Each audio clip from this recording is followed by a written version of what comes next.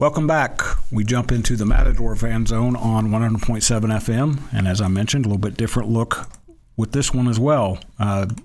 Estacado football team lost their third game in a row last week, 39-25 against Sweetwater, which there was some progress. The Matadors did some good things, but struggled a little bit more. That doesn't mean we don't want to talk to Eric Ward. We definitely want to talk to him this week after they go and get a win, beat Randall, shock the world a little bit.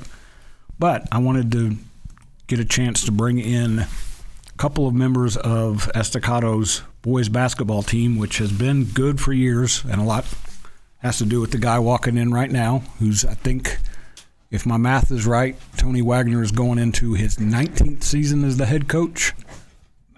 19th or 20th or? No, like 17 or 18. Well, 2007 was my first year. Okay. Like I said, math is, I'm a much better writer than mathematician. So making that win count go down. Welcome in, Wag. Yes. How are you? Good. This is Tony Wagner, who, if you don't know, you're not the dean of LISD basketball coaches because Jill beat you by a few years. Yeah, but you've been around. Her resume is a little better than mine. I don't know about that because you won a state championship in 2010. I think, are you the only active coach still in LISD that can say that? Yes, sir. Swim coach. Coach Hayes can. He was the LISD GOAT there for a while. He was racking them up. He was like having to build more space on his mantle at home. So, but he's departed for Arlington. Well, Tim Perez, who's finally a senior. You've been around for a while, man. I have been a very long time. It's been fun to watch you grow and develop because I know I'm going to tell a secret here. When you were a freshman, you were working through some eligibility issues as a transfer. Coach told me, I've got a shooter coming. Mm-hmm. And I was like, okay, I trust him. And I saw you as a sophomore, and I was like, yeah, he was right because you know how to put the ball in the basket from just about anywhere on the court. Yes, sir. Who taught you that, mom or dad? Well, actually, my dad did. And to be fair, dad is sitting about 20 feet away, and is he your ride? Yeah. Okay. Yeah, you got to get him back home, so you got to tell him. Wag, I'll give you a chance to go on the record publicly. When you told me about him that he was coming, he's fulfilled that prophecy. What has made him so good these last couple of years? I think he's just always been bought in. You know, he's a program kid. He's going to be where he's supposed to be. He's going to do what he's supposed to do. You know, you don't have to tell him once and those things like that. You know, I challenged him. I'm pretty sure he didn't like me much his sophomore and junior year because, you know, I was on his case a lot, you know, but now he's starting to see the fruition of all that hard work, and I think he appreciates it more now than he did a year ago. And so, but I'm going to continue to be hard on him because my expectations for him are very high, and I expect big things from him his senior year. Now, he's not your ride, but, you know, you got to get to practice at some point pretty quick here, so you have to say nice things. But you guys, whenever I enjoy talking to you guys early in the basketball season because all of you say the same thing. You talk about how practice has gotten you ready. Mm-hmm. So give me the nutshell about what Coach Wag's practices are like, especially those early in the season ones after you get the football guys back. Just how tough are they? They're pretty tough. I think his thing is just more of trying to get us all acclimated together, and so we can be one as we go into, as the season goes on and as we get to the playoffs. Because, I mean, we don't really care about what goes on in the beginning of the season. We start winning stuff in district and after district playoffs. So his thing is more of getting us prepared for that. So I'm a KU basketball fan. I don't. That's not a big secret. KU just finished what Bill Self calls their boot camp at this time of year. And I get a sense that you guys get a little bit of that before the season starts. But the reason that is important is when you watch you guys in February, nothing phases you.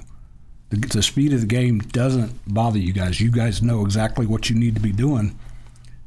Wag, is that something I want to talk about the guys you learned from to become the coach you are, which is incredible coach, but you've learned from some pretty I've been good around. coaches. I've been fortunate to be around some guys in high school, Larry Menifee and Nat Lung, and then in college I played for Doug Gallion, who's a Texas high school coaching legend. And then I coach with Tim Thomas, and he's a tree with Mark Adams. And so our philosophy has all been about the same: toughness, defense, working hard together, playing smart together, challenging each other, to be the best that they can be in every drill, in everything. And he'll tell you that if I feel like they're not competing against one another in a drill, I'll ban those two from going with each other. I want them to get the most out of each other each drill. There's one guy you didn't mention that I have some background knowledge. When you were a student teacher, you were a student teacher at Plainview. Yep, with Danny Wren. You learned from a pretty good legend there. Sir. Danny, great legend. They were in the midst of winning all those state championships at that time as well. Whether at the start of it, with Chelsea Welch and all those kids And so I was very fortunate to get to sit in on those practices. And he would say, Wag, you can go home. I'm gonna leave when it's time for me to go to basketball practice at Wayland. So I actually forgot about Dan. It's been so long, but he played such an integral part of me in my philosophy, defensive wise, and just the game planning part. He was one of those guys that he never really had a set defense that he would play. He would switch. He would change, and he would do different things defensively to confuse other teams. And that's one of the things that I got from him. We're going to talk, we're coming up fairly close on a break, so I don't want to jump in. We're going to talk about the motivation for this team this year, Tim, because you're one of the stars, and I think it's fair to call you a star player after this long, but you guys have a group of three, and I said this to Coach this summer. I've had my sight now, this will be the 7th basketball season. You guys have had really good players all along. I don't know that you've had a core group of 3 guys, and I want you to talk about all 3 of them when we come back. And that's... People see that in the NBA, the dream teams, and that's a little bit different. Those guys are moving to get paid. You guys are playing to achieve greatness. Mm-hmm. So I'm going to get you both to talk about that, but think about that when we go to break, about how motivated this group is. Tony Wagner, I know he downplayed it, 2010 state champion. You guys been to state? 04, 09, 110. 2012, 4 times. So you're probably getting a little. I'm guessing you'd like to make that trip to San Antonio. It's time. Again. It's definitely time. We'll come back and talk about that on the Matador Fan Zone. Reminder: Estacado hits the road Thursday to play at Randall. That's on a different network, but we will definitely have information on the Matadors as they look to end a 3-game losing streak. I'm Randy Rosetta with 100.7 FM. This is the Matador Fan Zone. Welcome back into the Matador Fan Zone. I'm Randy Rosetta with 100.7 FM. If you're all watching on TV, to my far left is Estacado coach Tony Wagner, boys basketball coach, not football, boys basketball, and senior Tim Perez. We went off the beaten path a little bit tonight, did Coronado volleyball and doing some Estacado basketball just because I want to mix it up a little bit. And this is, if it's not the most consistent program, I think you and Friendship probably can lay claim to the most consistent boys basketball programs in Lubbock right now. Just what you've done through the years. And you've coached against Paul Page for how long? Forever. We're in district rivalry. We're in that brutal 4A district. Yep. And I think it was like 16 or 17 where we had 5 teams in the top 10, top 15 in the state that year. That's one of the years that we had to either with co-champions or we didn't win. I think we've only not won it like 3 times since we've been at Estacado the last 24 years. But, Paul and I have had some great battles. I know you don't get to watch because you're playing, but watching those two coach against each other, there's some energy on the sideline. Those two get after, not each other, but their teams get after each other. It's fun to watch. It is. You enjoy playing Friendship. It's not a district game anymore. Obviously, they're a 6A team, but those have been some pretty good battles the last couple of years. Yeah, I think since I've been here, we've had a couple of good battles. I enjoy playing those guys just because those are all the guys we play. I play with during the summer, or we work out together. We all have the same trainer. So the battles are always there, and I enjoy all the high energy stuff. What's it like to play in this program? Because when people, I make Coach blush here, when people talk about basketball in Lubbock, Estacado is what they're thinking of a lot of times. Again, you and Friendship, they think of, and I don't want to offend my friends at Lubbock Christian, Trinity Christian, they're both really good programs too, but public school-wise, Estacado's got a huge reputation, people know who you are. Yeah. What's it like to be part of that? I think just knowing that we're one of the top in West Texas, honestly, not even just around in Lubbock, is always good. Something good under your belt. I mean, playing for him is like one of the best things I've done. So I'm going to tell a little secret. When I had hoped to get out this summer to watch you guys at the TABC thing, some plans intervened. I can't remember who I talked to. It may have been Spencer Sutton, the Trinity Christian coach, said that when Coach walked in, that heads turned. People know who Coach Wagner is. That's what you just said. This guy's built a monster out here in Little West Texas. Do you look at? Well, I don't want to get you in trouble. He's a coaching legend. Do you think of yourself playing for a coaching legend, or is he just Coach Wag to you? Well, when we go to events like that, yes. Like when we go out to Dallas, I know, kind of get a glimpse of like what he's done and who he is. But like, I mean, I see him every day, so he just Coach Wag. Yeah, I don't really. He get upset a lot about it because I don't talk about it a lot. You know, I don't treat our assistants, and I say our because I listen to them as much as they listen to me. Yep, I think that's a big integral part of trusting who you have on your staff.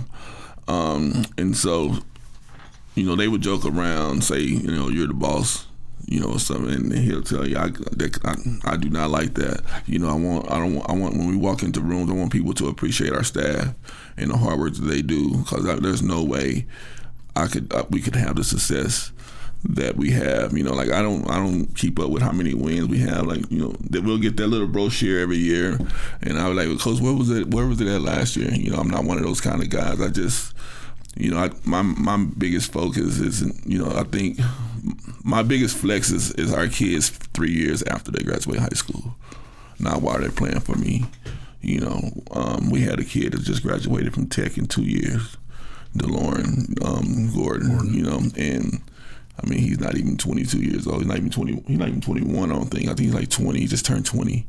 And those things make me smile bigger than our district championships. And we've become so accustomed to winning and things like that. You know, they don't make a big deal out of that kind of stuff anymore. You know, we focus on life goals and championships long term. And again, I know the guys that he coached with, and I'm going to embarrass him a little bit again here, and I've told him this. One of the favorite pictures we've ever run on my site, and I don't know where I got it, who gave it to me, is a picture of Coach Wag and Lewis Kelly standing next to each other in front of that Lewis Kelly sign that says "Just Win." That's two guys who they've been great coaches, but they've impacted lives, and that to me is much more important than wins, losses, and all that. And that's why I've gotten to be friends with this guy the last 20, 25, long time. Long time. We'll come back and talk more about Matador basketball on the Matador Fan Zone on 100.7 FM. Reminder, Estacado goes to Randall Thursday night, 7 p.m. kickoff. Welcome back. We got one more segment of the Matador Fan Zone on 100.7 FM. I'm Randy Rosetta. Tony Wagner's to my far left if you're watching on TV, and Tim Perez. We were just talking about when you were younger. Coach said you had to get into better conditions. Is that what I kind of heard from that conversation? Yeah, I was it wasn't how I look now, honestly. I was very chubby, I guess you could say, and a little slow, but well, if it makes you feel any better, I carried that into my mid-50s and just now got to the point where I can say I'm not chubby anymore, so don't wait that long. You haven't. You're a pretty good athlete now. Yeah. So he's worked his tail off, man. I mean, and the thing that I love the most is that it's showing, you know, in his confidence and how he walks around the campus now with confidence in the gym, and he enters his confident. And so my job really this year is going to be to make sure that the guys that have been playing at a high level, that I don't say something sarcastic and break them. Yep. You know, I want to keep them playing at that level because they can make me. I can go there sometimes, you know. And so my job is but I try to tell them to listen to the message and not how I say it, you know. But and he's gotten a lot better at that over the time, you know. And I felt like he started turning the corner at TABC when we were playing Houston Yates and Houston Washington. I mean, he was just a floor general. He just made all the right plays. Had our guys and you know, we had a kid that was super hot, and he was just getting the ball in the paint and getting it to him. You know, those things like that. You know, last year I would have had, you know, he'd turn it over and then he'd turn it over again. But now he plays through those mistakes a lot better than he has, and I think that's the maturity of him. And I feel like I've had to allow him to make some of those mistakes too to play through them. But, you know, I mean, he's been outstanding leader. I think I know who you were mentioning there, the got hot. And I wanted you to talk about I mentioned the 3 guys. You said there may be actually more like 4, but besides Tim, you guys have a very good solid group coming back. Who are those other guys? Well, we got Armand Ward, you know, he's probably grown 2 inches over the last year. And so, you know, he can really shoot it. Shakur Wilbur, he's a sophomore.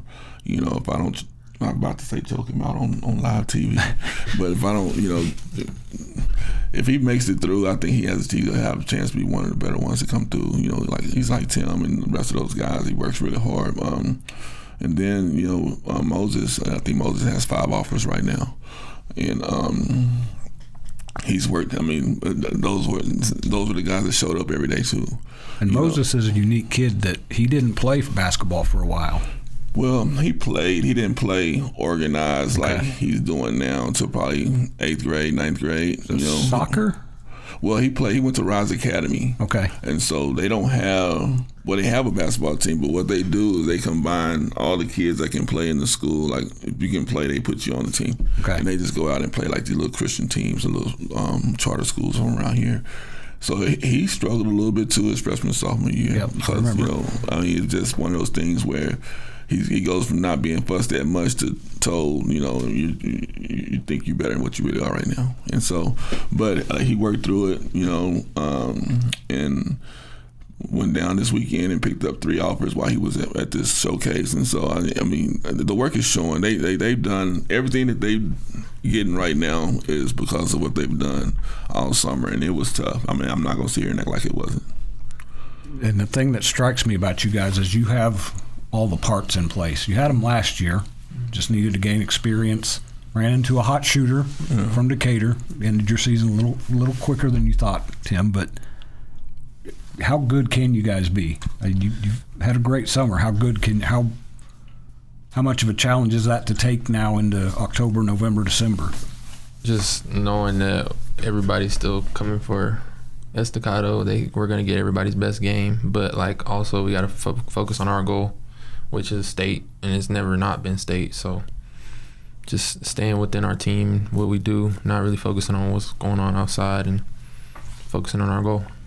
You got some teams to fight through. I mentioned Decatur's on your side of the region. There's some other teams. Randall Canyon, I don't know if West Plains has climbed up to that stratosphere or not, but basketball up in Amarillo, they like to can play take down Estacado. You know, and that's you know, that's one of the things that I love about it. You know, I mean, you know, iron sharpens iron, and so we schedule our.